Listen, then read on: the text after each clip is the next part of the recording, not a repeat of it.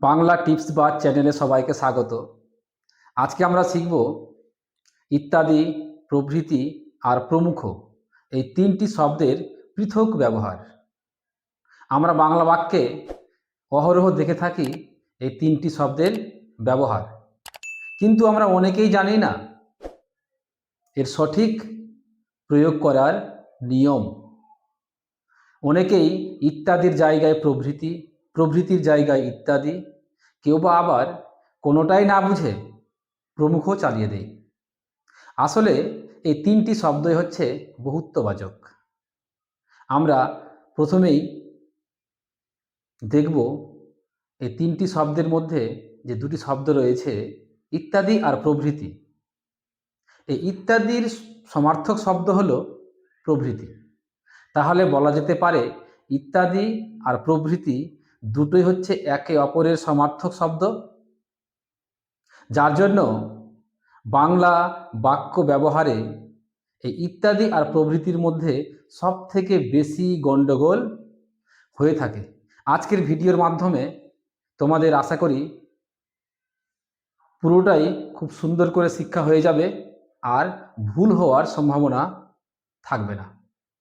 আমরা যদি ইত্যাদিকে ভাঙি তাহলে দেখতে পাবো সন্ধি করলে হয় ইতি যোগ আদি, সমাস করলে হবে ইতি হয়েছে আদি যার বহুব্রীহি সমাস, আর ইত্যাদির অর্থ হচ্ছে এইরূপ বা আরো কিছু। এই যে এইরূপ বা আরো কিছু, আমি একটা উদাহরণ দিচ্ছি তাহলে বুঝতে পারবে। আমি বাজারে গিয়ে চাল, ডাল, তেল, লবণ, মশলা, চিনি এরকম 10টি খাদ্যদ্রব্য কিনেছি। কিন্তু প্রশ্নকর্তাকে আমি বললাম, বা প্রশ্নকর্তা আমাকে জিজ্ঞাসা করলেন যে মাস্টার আপনি বাজারে গিয়ে কি কি কিনলেন? আমি উত্তর দেব যে আমি বাজারে গিয়ে চাল, ডাল, চিনি ইত্যাদি কিনেছি। অর্থাৎ চাল, ডাল, চিনি আমি 3টি খাদ্যদ্রব্যের নাম নিলাম, বাকি 7টি কিন্তু নিলাম না।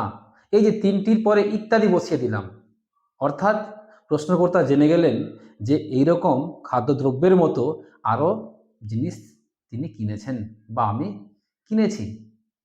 তাহলে বোঝাতে পারলাম ইত্যাদি শব্দের অর্থ কেন, আরও কিছু বা এইরূপ। এবার চলে আসি ইত্যাদি শব্দটিকে আমরা কোথায় কোথায় বসাবো, কোন কোন ক্ষেত্রে এটা বসবে দেখে নেওয়া যাক। দুটি হচ্ছে পয়েন্ট, একটা হচ্ছে মানবেতর প্রাণীর ক্ষেত্রে, আর একটা হচ্ছে জড়বস্তু বা উদ্ভিদ বোঝাতে। প্রথমে বলি মানবেতর প্রাণীর ক্ষেত্রে। মানব যোগ ইতর, ইতরের মানে হচ্ছে ক্ষুদ্র, হীন, নগণ্য। মানুষ থেকে তাহলে ক্ষুদ্র, নগণ্য, হীন কোন প্রাণী হবে? কি কি হতে পারে? গরু, ছাগল, ভেড়া, কুকুর, বিড়াল ইত্যাদি। তাহলে এখানে লিখব কুকুর, ছাগল, বিড়াল ইত্যাদি। তাহলে এটা বোঝা গেল। 2 নম্বরে হচ্ছে জড়বস্তু ও উদ্ভিদ বোঝাতে। জড়বস্তু বই, খাতা জড়বস্তু। উদ্ভিদ বট গাছ, নিম গাছ ইত্যাদি। তাহলে ক্লিয়ার, জড়বস্তু আর উদ্ভিদ বোঝাতে গেলেও আমরা ইত্যাদি শব্দের ব্যবহার করব। এবার চলে আসি প্রভৃতি শব্দের ব্যবহার নিয়ে। আমি আগেই বলেছি ইত্যাদি আর প্রভৃতি একে অপরের সমার্থক শব্দ, দুটোর অর্থ প্রায় একই। তাহলে বসাবো কোন কোন ক্ষেত্রে প্রভৃতি? এখানে দুটি পয়েন্ট করা আছে, একটা হচ্ছে সাহিত্য বিষয়ক ক্ষেত্রে আর একটা হচ্ছে ব্যাকরণ শাস্ত্রের ক্ষেত্রে।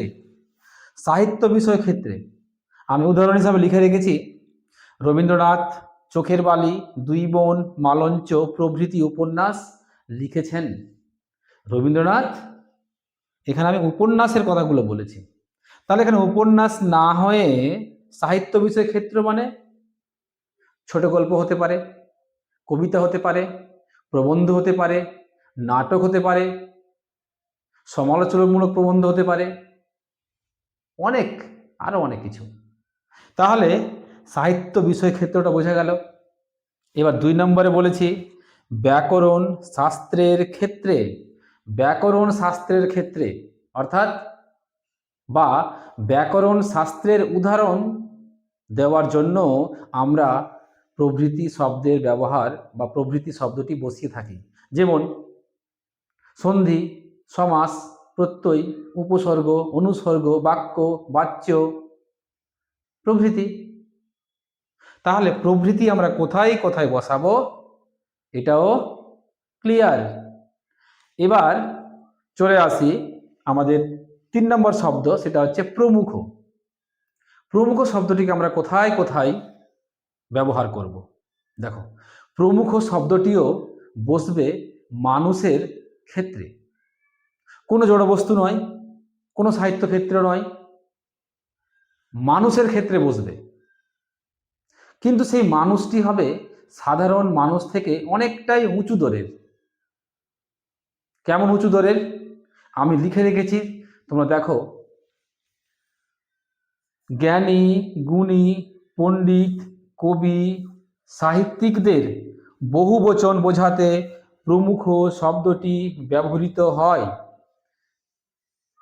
তাহলে জ্ঞানী, গুণী, পণ্ডিত, কবি, সাহিত্যিক এরা হচ্ছে সাধারণ মানুষ থেকে অনেকটাই উঁচু দরের, এবং এদের বহুবচন বোঝাতে প্রমুখ শব্দটিকে আমরা বসাবো। তাহলে প্রমুখ শব্দটিকে আমরা যত্রতত্র ব্যবহার করতে পারি না।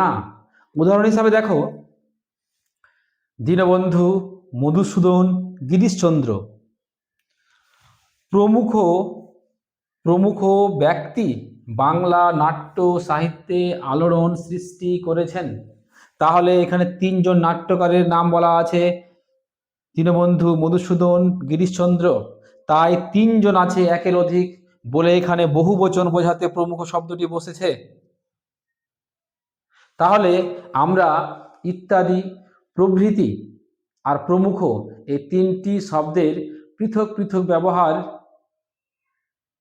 সুন্দর করে শিখতে পেরেছি বা আমি বোঝাতে পেরেছি। তারপরেও যদি কারো কোনো প্রশ্ন থাকে তাহলে মেসেজ করতে পারো। আর হ্যাঁ, এইরকম শিক্ষণীয় ভিডিও দেখার জন্য তোমরা চ্যানেলটিকে অবশ্যই সাবস্ক্রাইব করো আর পাশে থাকা বেল আইকনটিতে ক্লিক করে দাও, যাতে ভিডিও ছাড়ার সঙ্গে সঙ্গে সর্বাগ্রে তোমাদের কাছে পৌঁছে যায়। আর লাইক শেয়ার করতে ভুলো না। মাথায় রেখো, একটি ভালো কমেন্ট আমাকে অনুপ্রাণিত করবে নতুন নতুন ভিডিও তৈরি করতে।